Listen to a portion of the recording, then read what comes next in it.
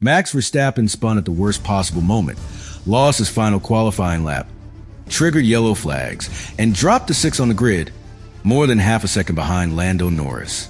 But what he said afterwards was even more shocking than the spin. Verstappen did not blame traffic. He did not call it a simple mistake. He said he turned into the final corner, and the rear of the Red Bull was basically non-existent. That one sentence changes everything, because this was not an isolated incident. Verstappen had already complained that the car felt like it had a handbrake on. He had reported rear locking, unpredictable balance, and a growing loss of confidence throughout the weekend. Then, under maximum pressure, the exact problem he had warned Red Bull about finally exploded in public. His spin ruined his own lap, affected Kimi Antonelli and George Russell behind him, and exposed a weakness that could become even more dangerous during the race. But the real meaning behind Verstappen's words is much worse than one qualifying mistake, because when a driver like Max says the rear of his car simply disappears, he is revealing a problem that speed alone cannot solve. Subscribe to the channel. To understand why that final corner spin matters so much, you have to go back to the beginning of the weekend, because the warning signs were already there. From the first practice session, Verstappen was not describing a car that simply lacked speed. He was describing a car that felt restricted, disconnected, and difficult to trust. At one point, he said it felt as though the handbrake was still on. That sounds like a strange complaint in a Formula One car, but the meaning is simple. Imagine trying to run at full speed while someone is pulling you backwards. Your legs still move, you still push harder, but no matter how much effort you give, something keeps resisting you. That was the feeling Verstappen was fighting. And at the Hungary, that kind of problem becomes even more dangerous. This circuit does not give drivers much time to recover. One corner leads directly into another. The car is constantly braking, turning, accelerating, and changing direction. A small weakness does not remain small for long. It follows the driver through the entire lap. If the front of the car does not respond, the driver misses a corner. If the rear of the car moves unexpectedly, the driver loses confidence. And once that confidence disappears, every decision becomes slower. Not by seconds, by tiny fractions. But in Formula One, tiny fractions decide everything. Lando Norris took pole position with a lap of 1 minute, 17.207 seconds. Lewis Hamilton was only 12 thousandths of a second behind him. 12 thousandths. That is less time than it takes your eyes to react to something moving. So Verstappen knew there was no room to protect the car. He could not enter the final qualifying session thinking about safety. He had to attack every braking zone. He had to trust the Red Bull completely. And that is where the real problem began, because the car had already given him reasons not to trust it. During the weekend, Verstappen reported rear locking under braking. That means the rear wheels were becoming unstable when he tried to slow the car down. For a normal road car, that would already feel uncomfortable. In a Formula One car, it can completely change what happens when the driver turns. Think of pushing a shopping cart quickly, then suddenly try and turn while the rear wheels slide sideways. The front may point in the direction you want, but the back is no longer following. Now imagine that happening at racing speed, with walls, curves, and other cars nearby. That is why rear stability matters so much. The driver needs to know that the back of the car will remain underneath him, not perfectly still. Formula One cars always move, but the movement must be predictable. The car must warn the driver before the grip disappears. Verstappen is one of the best drivers in the world at controlling a nervous car. He can catch slides that would destroy another driver's lap. He can react before most people would even understand that something has gone wrong. But there is a limit. A driver can control movement. He cannot control something he cannot predict. And the Red Bull was beginning to behave in a way that Verstappen could not fully read. That is the first major clue. The spin in qualifying did not appear from nowhere. It was the final result of a problem that had been building across every session. First, the car felt restricted. Then, the rear became unstable under braking. Then, Verstappen's confidence began to disappear. And when qualifying reached its most important moment, all of those problems arrived together in one corner. But there's another detail that makes this even more serious. Teams normally use practice to improve the car. The driver explains what he feels. The engineers study the data. They adjust the balance, change the setup, and try to give the driver more confidence. The car should become easier to understand as the weekend continues. But Verstappen's frustration appeared to grow. The problem did not fade. It became more visible. That creates a dangerous situation for Red Bull, because when a car feels difficult in practice, the team still has time. When it feels difficult in qualifying, the consequences become real. Grid position is lost. Strategy becomes harder. Traffic becomes more important. And at the Hungary, starting sixth can change the entire race. Overtaking here is not simple.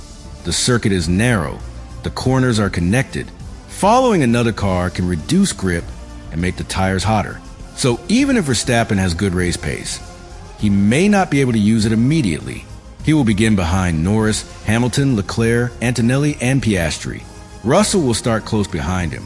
That means Verstappen will be surrounded by pressure from the first corner. He may need to attack, but attacking requires trust. And trust is exactly what the car took away from him. This is a contradiction that could define his race. The fastest way forward may require Verstappen to drive aggressively, but the more aggressively he drives, the more he risks exposing the same rear instability that caused the spin. And that is why sixth place is not the biggest problem. The real issue is what Verstappen now believes will happen when he turns the steering wheel. A driver can recover from a poor grid position. He can use strategy. He can pressure the cars ahead. He can wait for mistakes. But if he no longer trusts the rear of the car, every attack becomes a gamble. Every braking zone becomes a question. Every direction change becomes another test. And the Hungarian gives him almost no time to breathe between those tests. The final corner exposed a weakness. The race could expose the full cost. But before that happens, there is one more part of the qualifying spin that changes the story completely. Because Verstappen did not only destroy his own final lap, the yellow flags from his spin immediately pulled two Mercedes drivers into the chaos, and one of them ended the session facing an investigation. The yellow flags appeared instantly. Verstappen's Red Bull was facing the wrong direction in the final corner, and the driver behind him had almost no time to understand what had happened. For Kimi Antonelli, the timing could not have been worse. He was directly behind Verstappen on the circuit, pushing through his own final qualifying lap. When the warning flags appeared in front of him, one moment, Antonelli was chasing a place near the front of the grid. The next, he was entering a danger zone created by one of the most experienced drivers in Formula One. And that changed everything. A yellow flag is not simply a warning that something unusual has happened. It tells every approaching driver that the track may be blocked, that another car may be moving unpredictably, and that continuing at full speed could create an even more serious incident. The driver must react. He must be prepared to slow down. He must be ready to change direction. Most importantly, he must show that he has respected the danger. But in qualifying, that creates an immediate conflict.